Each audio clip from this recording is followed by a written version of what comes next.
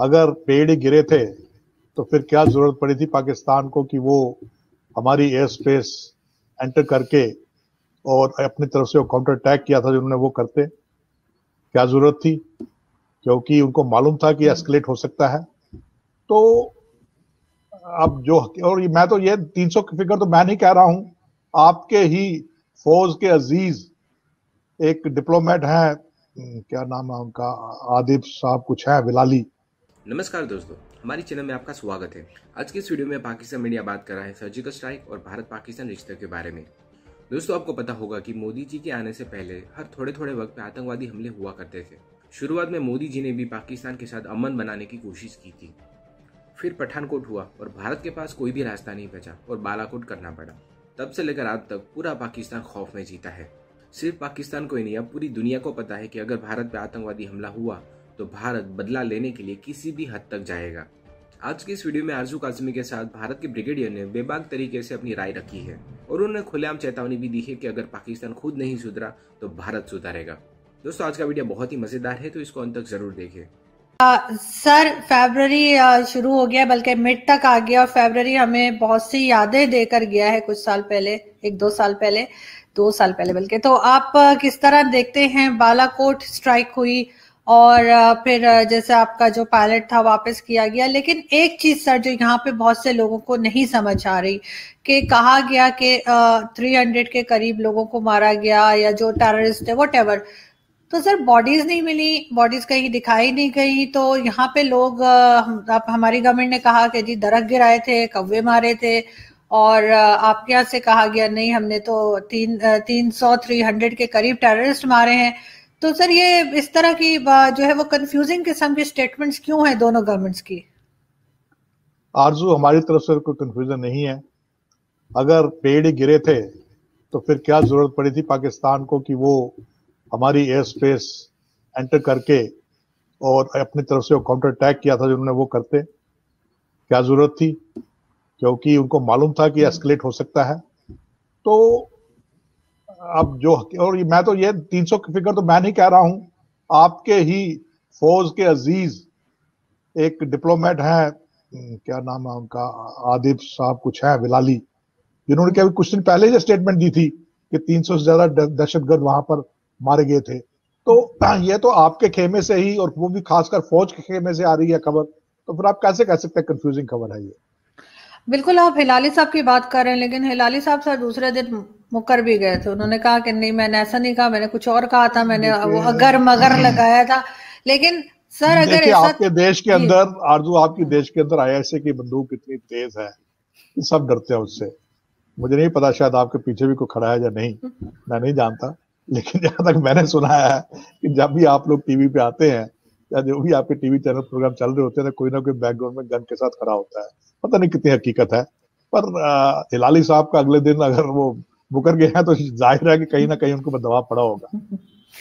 नहीं बिल्कुल हो सकता है सर के कोई दबाव पड़ा हो। अभी गन लेके तो नहीं मैंने सुना कि खड़े होते हैं, लेकिन हाँ प्रेशर जरूर होता है हर टीवी चैनल के ऊपर, हर मीडिया पर्सन पे, दैट्स ट्रू। लेकिन सर आप क्या देखते हैं, हमने उससे क्या सीखा, आपने उससे क्या सीखा, कहाँ हम आगे बढ़े, कहाँ हमने उस तरह की चीजों को रोकने की कोशिश की? एफएटीएफ में भी हम फंसे हुए हैं और हमें बहुत सख्त जरूरत है कि हम उसके ऊपर काम करें। हाफिज सईद को बंद किया गया, उस तरह की कई जो ऑर्गेनाइजेशंस थी उन पे बैन लगाया गया।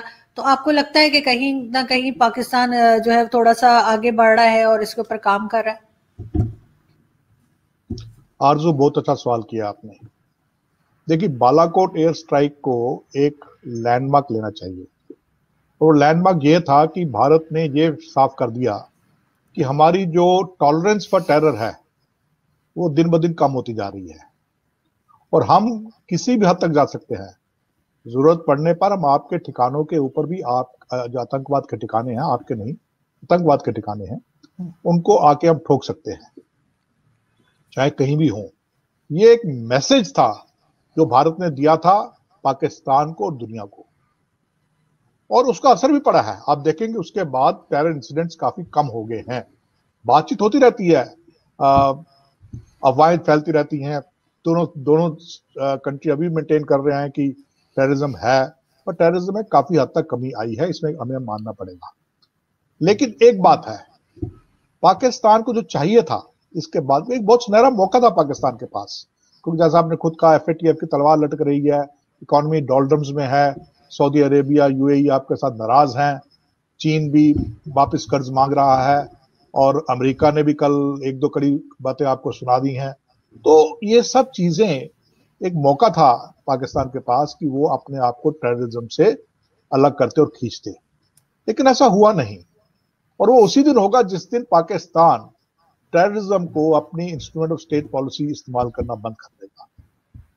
मुझे लगता है इसके पीछे पाकिस्तानी फौज की कमजोरी है, क्योंकि पाकिस्तानी फौज को आसान खिलौना मिल गया हुआ है, दहशतगर्द, प्रॉक्सी फाइटर्स फॉर देम।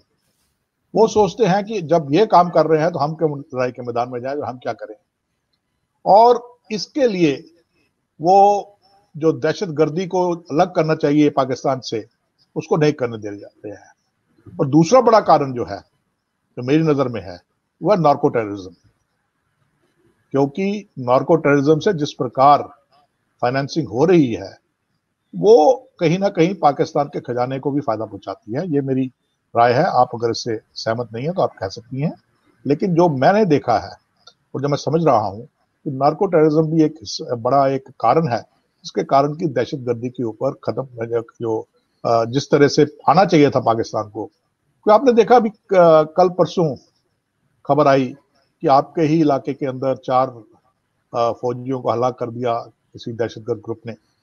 तो ये देखिए, पाकिस्तान के अंदर भी मेरा ख्याल में दहशतगर्दी से बहुत ज्यादा मौतें हुई हैं, इनोसेंट लोग भी मारे गए हैं, फौजी भी मारे गए हैं, नुकसान दोनों तरफ है।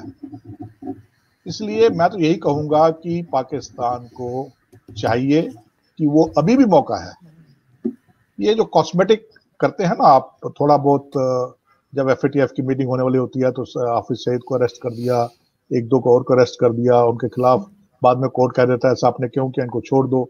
ये सारी चीजें जो है इनसे परे हटके सीरियसली, ठीक है, कुछ दिन पहले जनरल कमर बाजवा साहब का एक बयान आया था जो उन्होंने शायद आपकी किसी अकेडमी में पासिंग आउट परेड के टाइम पे बोला था, हम बहुत खुश थे, पर फॉलोअप नहीं है उसके तरफ। या तो उन्होंने भावुक होकर वो बयान दे दिया, अगर सोचा समझा बयान था, तो उसके बाद कोई फॉलोअप नहीं है।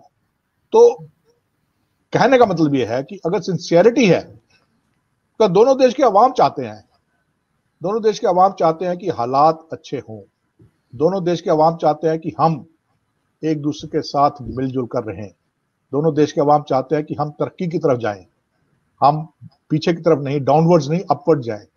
ये दोनों देश के अवाम चाहते हैं।